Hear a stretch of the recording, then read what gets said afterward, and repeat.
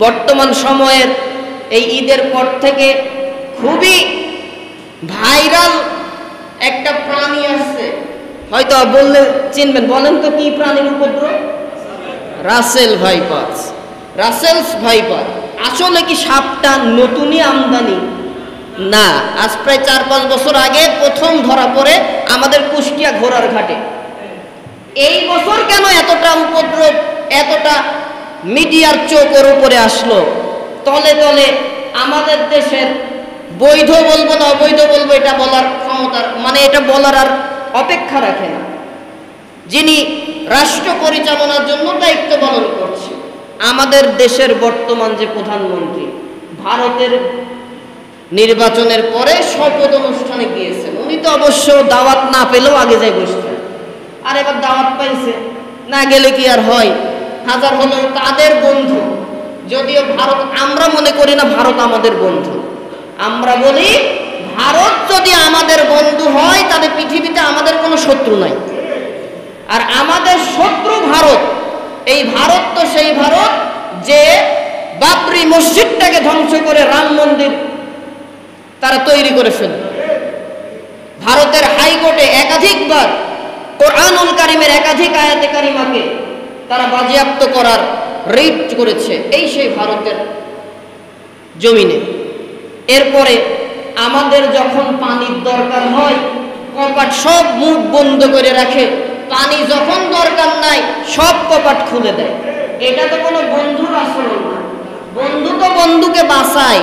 এরা যে কাম করে, ওরা চায় বাংলাদেশটাকে একটা অখণ্ড ভারতের প্রদেশ, অঙ্গ প্রদেশ করার জন্য, আর তারই এজেন্ডা হিসেবে কাজ করছে বর্তমান দায়িত্বশীলরা। কথা কি বুঝাতে পারলাম ভাই? রাসেলস ভাইপারকে কেন্দ্র করে, রাসেল ভাইপারের মতো আমাদের দেশে একটা পরিবহন চলে, সেটা বলতে পারবেন কি? সাপের মতোই দেখতে, হ্যাঁ, ট্রেন। আসাম ত্রিপুরা দিয়ে ডাইরেক্ট কলকাতা যাওয়ার জন্য সিলেট দিয়ে ঢুকবে, এই পদ্মা সেতু হয়ে ব্যবহার হয়ে ঢুকবে আপনার হাওড়া, কলকাতা হাওড়া। এই প্রকল্প বাস্তবায়ন সেন্ট মার্টিনকে তাদের দেওয়া এবং বাংলাদেশের বন্দরগুলোকে তাদের ব্যবহার করে তাদের সুবিধার জন্য দেওয়ার কারণে এইটাকে যাতে মানুষ মাথায় না নিতে পারে, টপ সিক্রেট বিষয় তুলে দিল ওরা, রাসেলস ভাইপার। এটাকে উঠলো, আনারের কাহিনীও শেষ হয়ে গেল। আনারের কাহিনী মনে আছে না? কত টুকরা টুকরা করলো। আসলে আনার টুকরা টুকরা কেন হবে না বলেন? আলেমদের সাথে বেয়াদবি করে তো কেউ আল্লাহ তাআলা তাদের ছাড় দেয়নি। এই আনার তো সেই আনার যে ঝিনাইদার যে থেকে শহীদ আল্লামা সাইদি রাহমাহুল্লাহর জানাজাতে যেতে বাধা দিয়েছিল এই কুলাঙ্গার। ছাত্র শিবিরের সুন্দর গৌরবোজ্জ্বল জনশক্তিকে চোখ উপড়িয়ে গুম করে হত্যা করে মাঠের ভিতর ফেলে রেখেছিল এই কুলাঙ্গার। আর আজকে তার মেয়ে তার এক টুকরা গোস্তের জন্য আবদার করে বেড়াইছে, আবেদন করে বেড়াইছে যাতে জানাজা করে। আলেমদের জানাজা পড়তে দেয়নি, আল্লাহ তো ওর জানাজা এই বাংলাদেশে মুসলমানের জানাজা পড়াবে। এটা আল্লাহর এতটুকুই সতর্ক সচেতন। ইহুদি নাসারা আমাদের বন্ধু না। আজ ফিলিস্তিনের শত্রু ইসরায়েল, ইসরায়েলি পণ্য আলহামদুলিল্লাহ বাংলাদেশে অনেকভাবে বয়কট করা শুরু হয়ে গেছে। বিশেষ করে কোকা কোলা গ্রুপের যত পেপসি, কোকা কোলা, 7 আপ, এই পানি জাতীয় যত দ্রব্য পণ্যগুলো বিক্রি হয়, যার মাধ্যমে অনেক টাকা ওরা পেয়ে থাকে, অনেক কমে গেছে। আপনাদের কাছে অনুরোধ, এইগুলা কেনা বেচা ব্যবসা করা বন্ধ করে দেন, দেশীয় পণ্যের ব্যবহার শুরু করেন, দেশকে ভালোবাসেন। দেশটাকে ভালোবাসাটাও ইমানের একটা অংশের কাজ। আল্লাহর রাসূল আমাদের শিক্ষা দিয়েছেন, দেশটাকে ভারতীয় আগ্রাসন থেকে মুক্তির জন্য প্রত্যেকে নিজ নিজ জায়গা থেকে ভূমিকা পালন করতে পারবো তো ইনশাআল্লাহ। আল্লাহ তাআলা কবুল করুক, তৌফিক দান করুক, বলেন আমিন। বর্তমান সময়ের এই ঈদের পর থেকে খুবই ভাইরাল একটা প্রাণী আসছে, হয়তো বললে চিনবেন। বলেন তো কি প্রাণীর উপদ্রব? Russell viper. রাসেলস ভাইপার আসলে কি সাপটা নতুনই আমদানি? না, আজ প্রায় 4-5 বছর আগে প্রথম ধরা পড়ে আমাদের কুষ্টিয়া ঘোড়ার ঘাটে। এই বছর কেন এতটা উপদ্রব, এতটা মিডিয়ার চোখ ওর উপরে আসলো?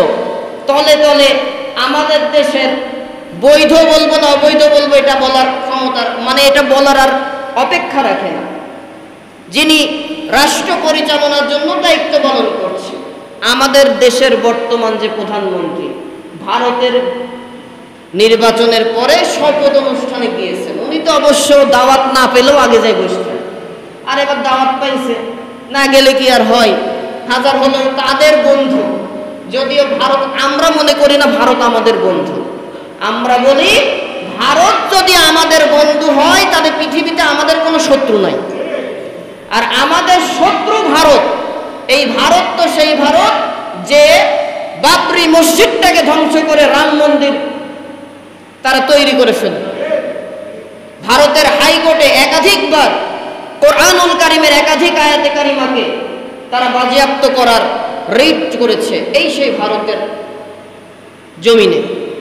এরপরে আমাদের যখন পানির দরকার হয়, কপাট সব মুখ বন্ধ করে রাখে, পানি যখন দরকার নাই সব কপাট খুলে দেয়।